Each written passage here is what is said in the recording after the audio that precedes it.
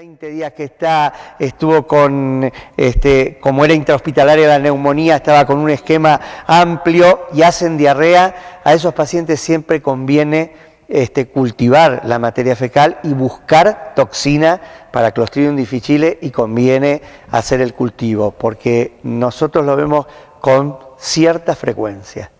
Y bastante, ¿eh? No es deleznable esto. Y lo otro también que vemos mucho son la colonización y a veces diarreas también por enterococo y demás, enterococo vancomicina resistente. Tenemos un área donde donde internamos a los pacientes con enterococo vanco resistente. Entonces esta es otra de las cosas que hay que tener en cuenta. Y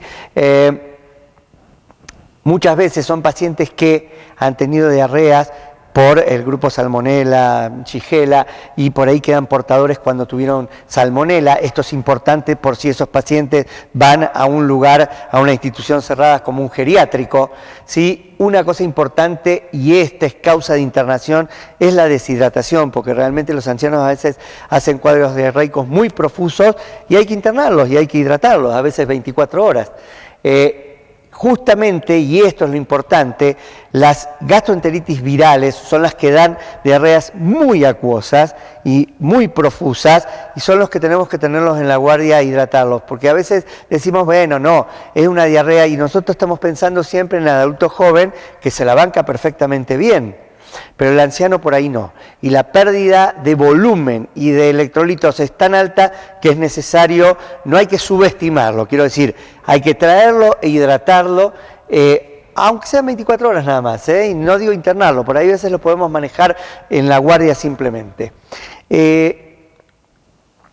Y esto es lo que dijimos, las diferencias claramente entre lo que son las diarreas virales y las bacterianas, o las que son por toxina bacteriana, ¿no? Entonces, la viral es muy acuosa, ¿sí? Tiene un comienzo muy abrupto, con fiebre, náuseas y demás. Pero tiene leucocitos normales, y esto es muy importante para que nosotros hagamos el diagnóstico diferencial con la bacteriana. Los leucocitos en materia fecal, uno rápidamente puede hacerlo, digamos, si en el lugar donde uno trabaja hay la gente ¿qué? No me sale la palabra. Sí, la gente que trabaja en laboratorio, que hace específicamente la parte de ese, rápidamente te pueden decir si tiene polimorfonucleares o no. ¿Sí? Ellos lo miran y te lo dicen rápidamente.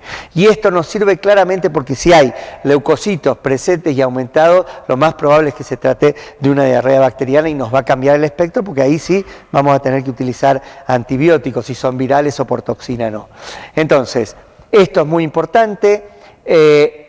Ver claramente la diferencia. Las bacterianas en general tienen mucho más repercusión sistémica, porque hacen mucho más fiebre, y realmente uno al paciente lo ve enfermo, lo ve, como diríamos nosotros, infectado, pero es la infección bacteriana, ¿no? Entonces, es muy importante, porque muchas veces estos pacientes a veces tenemos que internarlos. Y otra patología que es muy importante y que la vemos frecuentemente, ya no en internación, aunque también la vemos en internación, pero la vemos mucho en el ambulatorio, es el herpes zóster.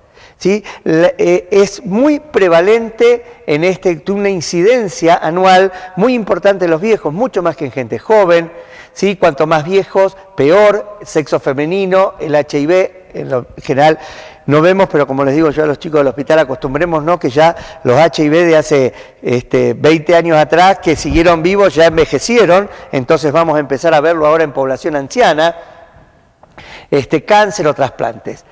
Bueno, muchas veces son pacientes que se tienen que hospitalizar. ¿Por qué? Porque se sobreinfectan, o sea, hacen la impetiginización de las lesiones, sobre todo si fueron a la curandera y le puso la tinta china, ahí la terminamos de completar. Entonces, además de tener que darle el antiviral, le tenemos que dar también cefalosporina y demás, pero esto lo vemos también con cierta frecuencia. Y una cosa importante es esto, ¿no? La forma también, como siempre decimos, de presentación atípica, porque generalmente pueden tener múltiples dermatomas. Es muy frecuente que los ancianos hagan compromiso también oftálmico, entonces esto implica internación e implica tratamiento intravenoso específicamente. Y esto, que es el problema del herpes en los ancianos, que es la neuritis posherpética, o la neuralgia, perdón, posherpética. La neuralgia posherpética es altamente prevalente en general en gente joven, no la vemos y la vemos casi siempre en los ancianos, por eso es importante hacer el diagnóstico.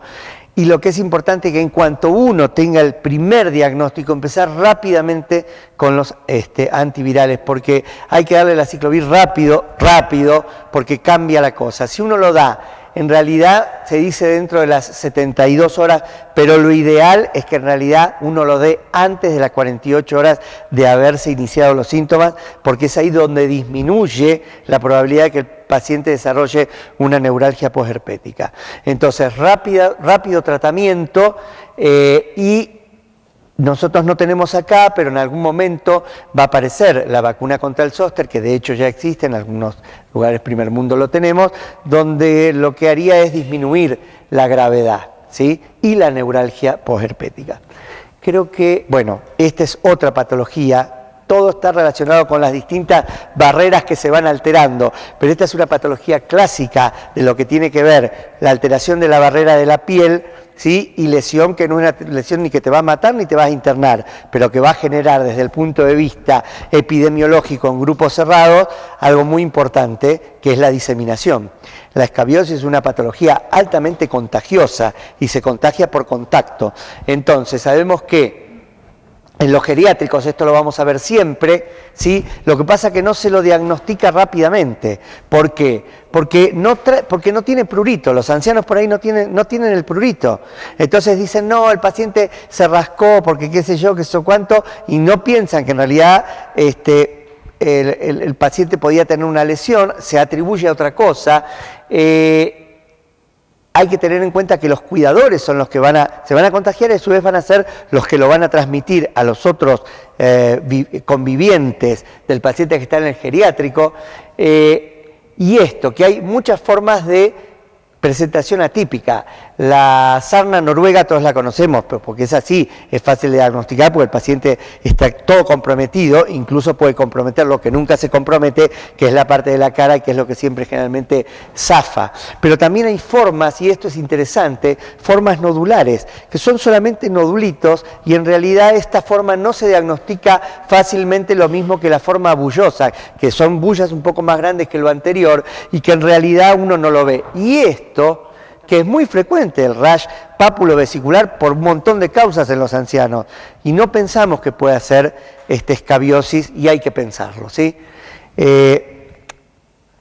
Y las úlceras por decúbito es la otra barrera que está alterada en la parte de la piel, es la segunda causa de infección en los geriátricos. Entonces, si ustedes trabajan en geriátrico, siempre hay que ir a buscar la úlcera, o sea, hay que ir a buscar antes de llegar a la úlcera, ¿no? La idea sería tratar de que estuviéramos simplemente en un estadio inicial.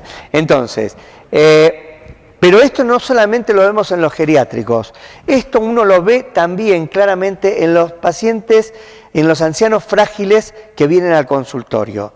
Tanto es así que nosotros en el hospital se desarrolló un consultorio de curación de úlceras y escaras, que lo manejan enfermeras que se especializaron en eso, ¿sí? Y realmente hemos tenido una respuesta excelente porque el control clínico y la curación por personal entrenado hace que no se compliquen y no se terminen internando. Y realmente es fantástico. Tenemos un grupo de enfermeras que lo manejan, por supuesto saben muchísimo más que nosotros.